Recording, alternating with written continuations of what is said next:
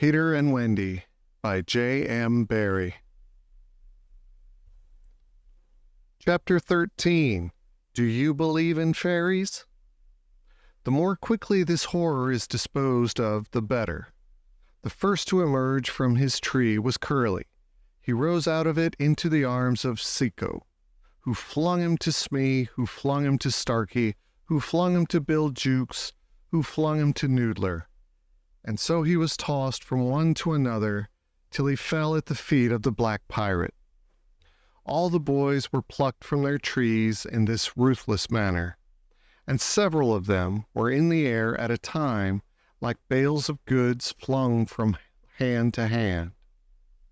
A different treatment was accorded to Wendy, who came last. With ironical politeness, Hook raised his hat to her, and, offering her his arm, escorted her to the spot where the others were being gagged. He did it with such an air, he was so frightfully distingué, that she was too fascinated to cry out. She was only a little girl. Perhaps it is telltale to divulge that for a moment Hook entranced her, and we tell on her only because her slip led to strange results. Had she haughtily unhanded him, and we should have loved to write it of her, she would have been hurled through the air like the others, and then Hook would probably not have been present at the tying of the children. And had he not been at the tying, he would not have discovered Slightly's secret, and without the secret, he could not presently have made his foul attempt on Peter's life. They were tied to prevent their flying away, doubled up with their knees close to their ears, and for the trussing of them, the black pirate had cut a rope into 9 equal pieces. All went well until Slightly's turn came, when he was found to be like those irritating parcels that use up all the string and going round and leaving no tags with which to tie a knot. The pirates kicked him in their rage just as you kick the parcel, though in fairness you should kick the string. And strange to say it, was Hook who told them to belay their violence. His lip was curled with malicious triumph, while his dogs were merely sweating, because every time they tried to pack the unhappy lad tight in one part, he bulged out in another. Hook's mastermind had gone far beneath Slightly's surface, probing not for effects but for causes, and his exultation showed that he had found them. Slightly, white to the gills, knew that Hook had surprised his secret, which was this, that no boy so blown out could use a tree wherein an average man need stick. Poor Slightly, most wretched of all the children now, for he was in a panic about Peter, bitterly regretted what he had done. Madly addicted to the drinking of water when he was hot, he had swelled in consequence to his present girth, and instead of reducing himself to fit his tree, he had, unknown to the others, whittled his tree to make it fit him. Sufficient of this Hook guessed to persuade him that Peter at last lay at his mercy. But no word of the dark design that now formed in the subterranean caverns of his mind crossed his lips. He merely signed that the captives were to be conveyed to the ship, and that he would be alone. How to convey them? Hunched up in their ropes, they might indeed be rolled downhill like barrels, but most of the way lay through a morass. Again, Hook's genius surmounted difficulties. He indicated that the little house must be used as a conveyance. The children were flung into it. 4 stout pirates raised it on their shoulders. The others fell in behind. And singing the hateful pirate chorus, the strange procession set off through the wood. I don't know whether any of the children were crying. If so, the singing drowned the sound. But as the little house disappeared in the forest, a brave, though tiny, jet of smoke issued from its chimney, as if defying Hook. Hook saw it, and it did Peter a bad service. It dried up any trickle of pity for him that may have remained in the pirate's infuriated breast. The first thing he did on finding himself alone in the fast-falling night was to tiptoe to Slightly's tree and make sure that it provided him with a passage. Then, for long, he remained brooding, his hat of ill omen on the sward, so that a gentle breeze which had arisen might play refreshingly through his hair. Dark as were his thoughts, his blue eyes were as soft as the periwinkle. Intently, he listened for any sound from the netherworld, but all was as silent below as above. The house under the ground seemed to be but one more empty tenement in the void. Was that boy asleep, or did he stand waiting at the foot of Slightly's tree with his dagger in hand? There was no way of knowing, save by going down. Hook let his cloak slip softly to the ground, and then, biting his lips, till a lewd blood stood on them, he stepped into the tree. He was a brave man, but for a moment he had to stop there and wipe his brow, which was dripping like a candle. Then silently he let himself go into the unknown. He arrived unmolested at the foot of the shaft and stood still again, biting at his breath, which had almost left him. As his eyes became accustomed to the dim light, various objects in the home under the trees took shape, but the only one on which his greedy gaze rested, long sought for and found at last, was the great bed. On the bed lay Peter fast asleep. Unaware of the tragedy being enacted above, Peter had continued, for a little time after the children left, to play gaily on his pipes.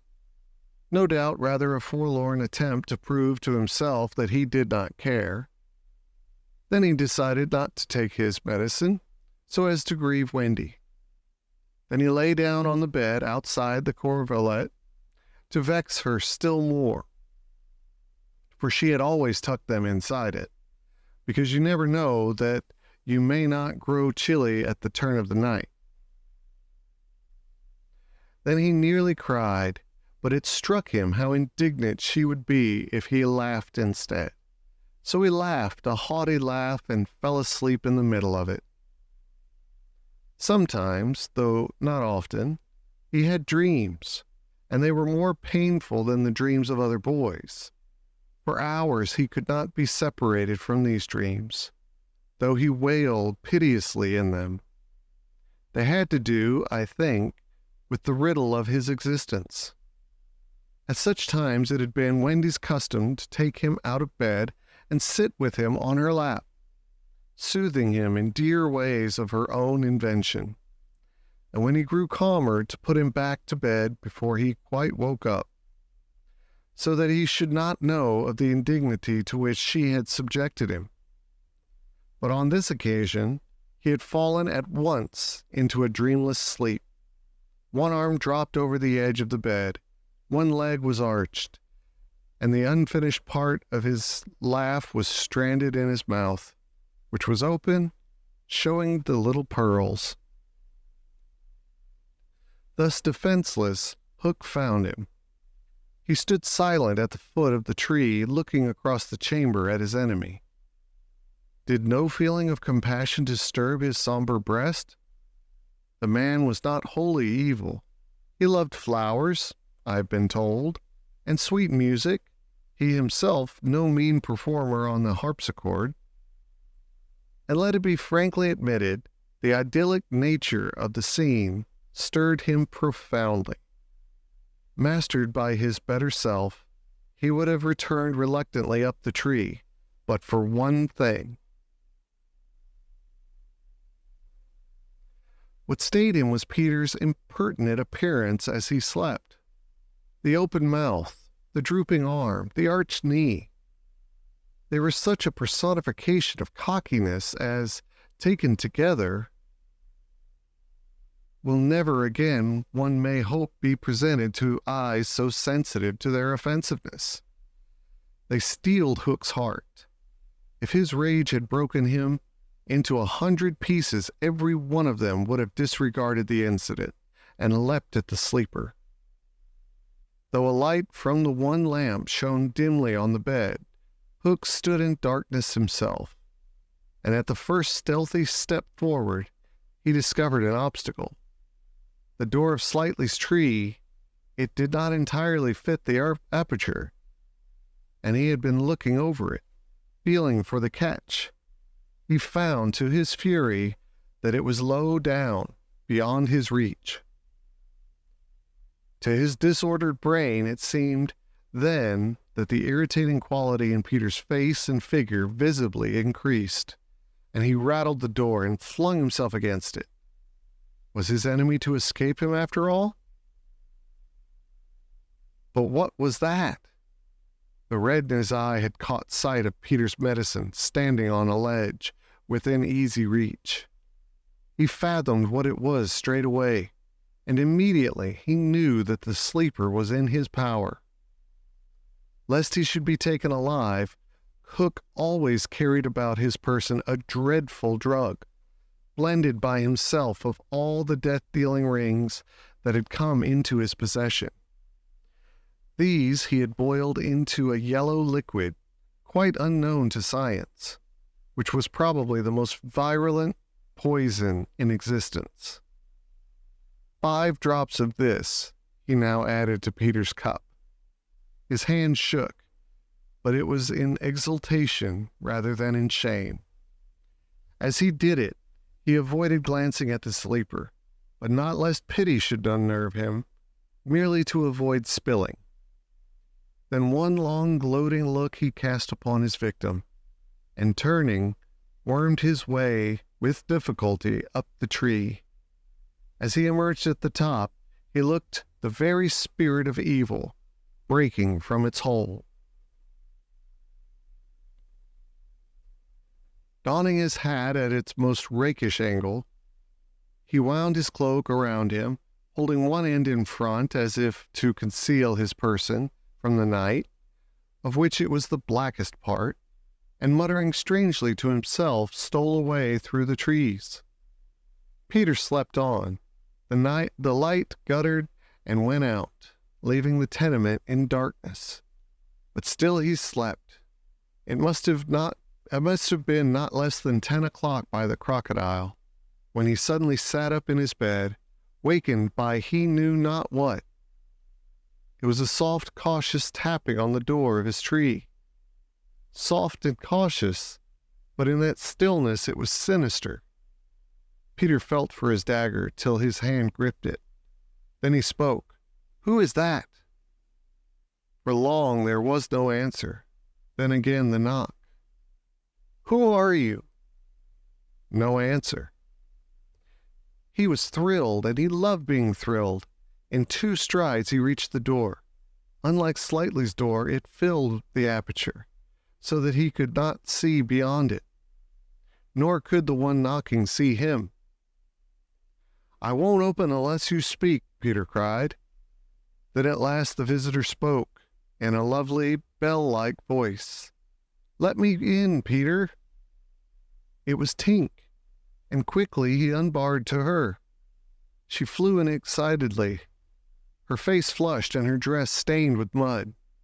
"What is it?" "Oh, you could never guess," she cried, and offered him 3 guesses. "Out with it," he shouted, and in one ungrammatical sentence, as long as the ribbons conjurers pull from their mouths, she told of the capture of Wendy and the boys.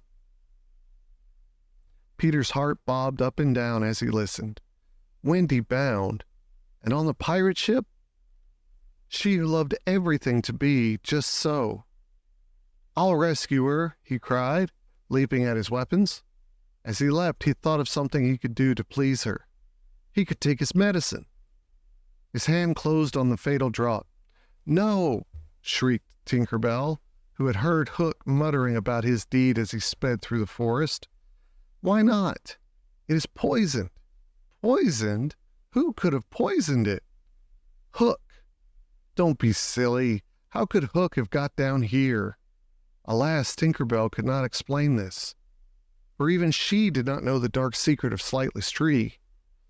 Nevertheless, Hook's words had left no room for doubt. The cup was poisoned.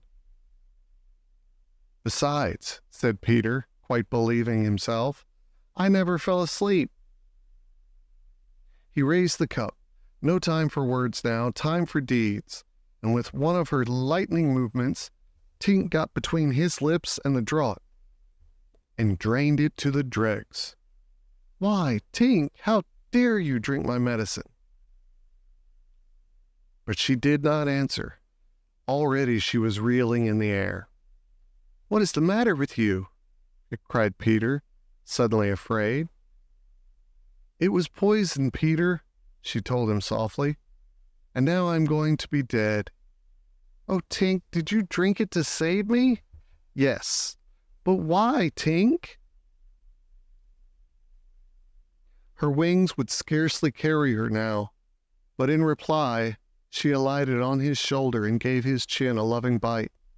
She whispered in his ear, "You silly ass," and then, tottering to her chamber, lay down on the bed. His head almost filled the fourth wall of her little room as he knelt near her in distress. Every moment her light was growing fainter, and he knew that if it went out she would be no more. She liked his tears so much that she put out her beautiful finger and let them run over it. Her voice was so low that at first he could not make out what she said. Then he made it out. She was saying that she thought she could get well again if children believed in fairies. Peter flung out his arms. There were no children there, and it was night time, but he addressed all who might be dreaming of the Neverland, and who were therefore nearer to him than you think. Boys and girls in their nighties, and naked papooses in their baskets hung from trees. "Do you believe?" he cried. Tink sat up in bed almost briskly to listen to her fate. She fancied she heard answers in the affirmative, and then again she wasn't sure. "What do you think?" she asked Peter. "If you believe," he shouted to them, "clap your hands. Don't let Tink die." Many clapped. Some didn't. A few little beasts hissed. The clapping stopped suddenly, as if countless mothers had rushed to their nurseries to see what on earth was happening. But already Tink was saved. First her voice grew strong, then she popped out of bed. Then she was flashing through the room, more merry and impudent than ever. She never thought of thanking those who believed, but she would have liked to get at the ones who had hissed. And now to rescue Wendy. The moon was riding in a cloudy heaven when Peter rose from his tree, begirt with weapons and wearing little else, to set out upon his perilous quest. It was not such a night as he would have chosen. He had hoped to fly, keeping not far from the ground so that nothing unwanted should escape his eyes. But in that fitful light, to have flown low would have meant trailing his shadow through the trees, thus disturbing the birds and acquainting a watchful foe that he was astir. He regretted now that he had given the birds of the island such strange names that they are very wild and difficult of approach. There was no other course but to press forward in redskin fashion, at which happily he was an adept. But in what direction? For he could not be sure that the children had been taken to the ship. A slight fall of snow had obliterated all footmarks, and a deathly silence pervaded the island, as if for a space nature stood still in horror of the recent carnage. He had taught the children something of the forest lore that he had learned himself from Tiger Lily and Tinkerbell, and knew that in their dire hour they were not likely to forget it. Slightly, if he had an opportunity, would blaze the trees, for instance. Curly would drop seeds, and Wendy would leave her handkerchief at some important place. But Morning had needed to search for such guidance, and he could not wait. The upper world had called him, but would give no help. The crocodile passed him, but not another living thing, not a sound, not a movement, and yet he knew well that sudden death might be at the next tree, or stalking him from behind.